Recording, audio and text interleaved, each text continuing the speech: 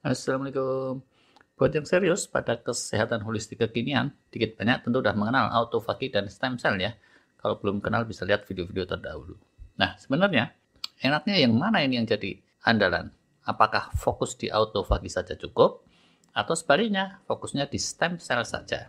Atau jangan-jangan mesti dua-duanya? Oke lah, kalau idealnya tentu dua-duanya. Tapi ngejar satu aja susah, apalagi ngejar dua-duanya. Bener nggak? Ibarat Kang Uun gitu, mau cari jodoh.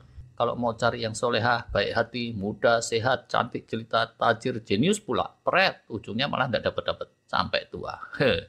Maka dari itu Rasulullah SAW mengajarkan kalau nyari jodoh itu fokusnya sama akhlaknya aja, satu aja. Tapi yang paling intinya inti. Jangan-jangan untuk kesehatan holistik kayak gitu juga. Jangan-jangan terapi stem cell aja udah cukup. Walau alam nih. Ada ya, banyak orang yang inginnya itu jalan pintas. Kalau mesti laku extended fasting, olahraga kardio, angkat beban, banyak yang awang-awangan, belum apa-apa, dah kibar bendera putih. Ya, tapi dunia kedokteran ini udah maju kan ya. Di Indonesia aja udah ada dokter-dokter ahli terapi stem cell, yaitu tentunya di kota-kota besar. Kalau di desa terpencil yang terisolir di tengah hutan, waduh, iseng bener kalau ada ahli stem cell prakteknya di tempat kayak gitu. Dan perlu ditanyain, dia tuh mau kasih terapi sama sosialita tajir atau mau terapiin sama celeng dan binatang liar bisa. Intinya di sini ada jalan pintas untuk rejuvenation yang nggak usah pakai laku-laku yang sulit dan lama. Bukan maranin tukang sihir, tapi ya terapi stem cell itu tadi. Dia tidak mesti berhari-hari, berbulan-bulan, bisa sekali jadi. Beberapa jam selesai, tinggal happy-happy, hasilnya terus muncul sendiri. Testimoni di luar sana lumayan banyak. Tapi kita tidak bisa naif, mesti kita ingat, ini sudah suratannya dari sononya, bahwa instan sukses yang instan itu tidak ada. Pertamanya, terapi stem cell kayak gitu, itu mahal hal-hal. Untuk orang kaya, bisa aja sih, mahal itu masih terjangkau. Terjangkau kalau cuma sekali. Tapi kalau cuma sekali, dongeng 1001 malam itu, manfaatnya nggak mungkin sampai tuntas. Kalau mau dampaknya menyeluruh, mesti rutin dan sering diulang-ulang. Lah, kalau rutin dan sering gitu, bahkan bagi orang kaya sekalipun, tetap akan terasa mahalnya. Keduanya, kalaupun soal mahalnya teratasi oleh pundi-pundi kalian yang konglo kelas sultan, ada lagi kendala lain. Saat ini, ilmunya juga belum katam. Jadi, dokter-dokter ahli dunia pun masih belum paham meracikannya yang tepat. Sehingga mereka masih takut-takut, nggak berani sering-sering main asal jeger dengan dosis nggak karuan. Salah-salah, stem cell ini bisa memicu kanker ganas atau kejadian yang tak terduga yang kelasnya horor. Jadinya, di banyak negara, terapi stem cell yang kelas tertentu itu belum dinyatakan legal. Masalah ketiga, sebetulnya untuk hasil terbaik dari terapi stem cell itu, kalau munculnya alami dan diawali dulu dengan peluruhan autofagi.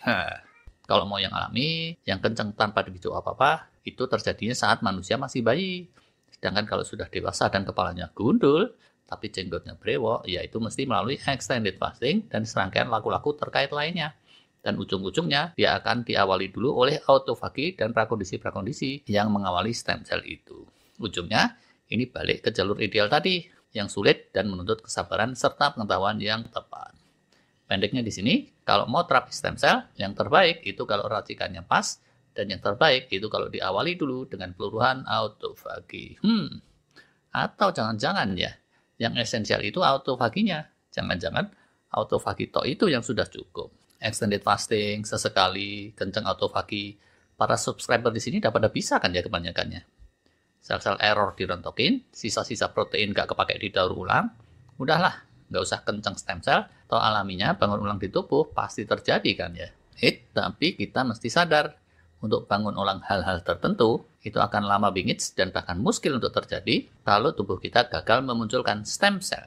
Nah, kalau ada stem cell tuh ya, tikus yang udah dibikin buta bisa melihat lagi. Tikus yang tulang belakangnya udah dibikin lumpuh bisa dipulihkan lagi.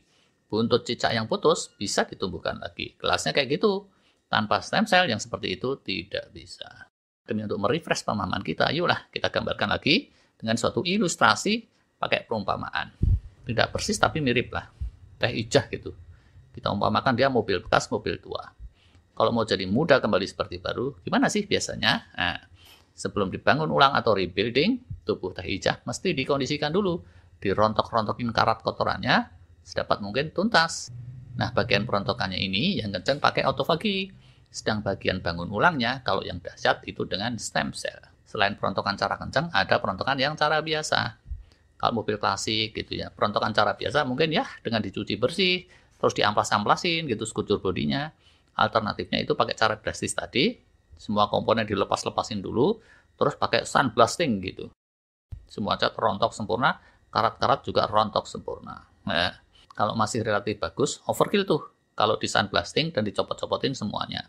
Di sisi lain, kalau kondisi bahan udah merak-rak, sekedar dicuci dan diamplas, perontokannya nanggung. Sebaliknya lagi, kalau nggak sekedar merak-rak tapi udah usur parah, di sandblasting, bahan mobilnya malah hancur, sisan ambiar nggak bisa juga. Teh hijau tadi juga sama. Kalau dia masih belia, nggak terlalu perlu autofagi. Tapi kalau udah di atas 40-an, dan ada kondisi jam-jam tanpa autofagi, bisa nggak tuntas. Gitu juga kalau dia udah kelewat usur, nggak bisa dipaksain. Kalau manula rikih disuruh extended fasting, kelas berat bisa wassalam tuh. Innalillahi. Lanjutnya untuk bangun ulangnya, mobil klasik juga sama. Kalau spakbor cuma penyok-penyok dikit, udahlah, tukang ketok macik aja bisa ngatasi.